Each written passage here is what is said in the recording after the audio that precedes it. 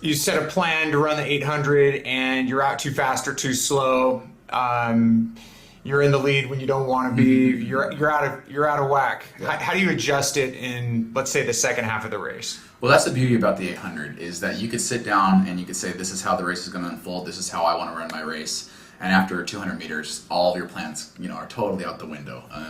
It's one of the reasons why veterans are so great at the 800 because they've been through so many races that they know how to deal with so many different situations.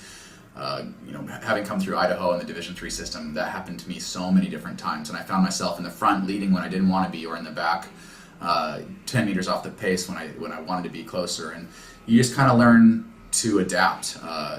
Younger runners I encourage to try different things.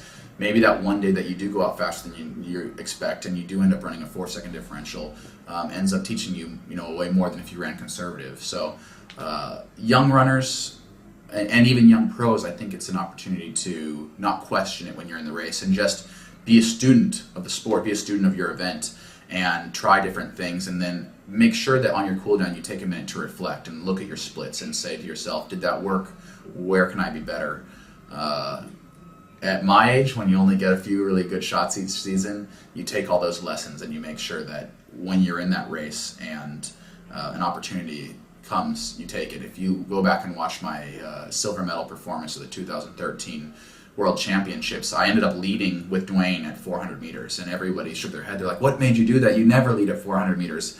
But the pace had slowed such at just the right place where I was able to move from 8th to 2nd place without having to slow down or speed up at all. I just maintained my momentum coming off the curve, and that's something that I used to do quite often in the Division III level, and something that I've done as a pro very rarely, because usually at this level it's more of a time trial. But instead of pumping the brakes with everyone else, I just said, this is such a unique opportunity you have to take, and it's a decision that I was able to make in a split second, but only because I was 29 years old, only because I had seen that happen so many times before.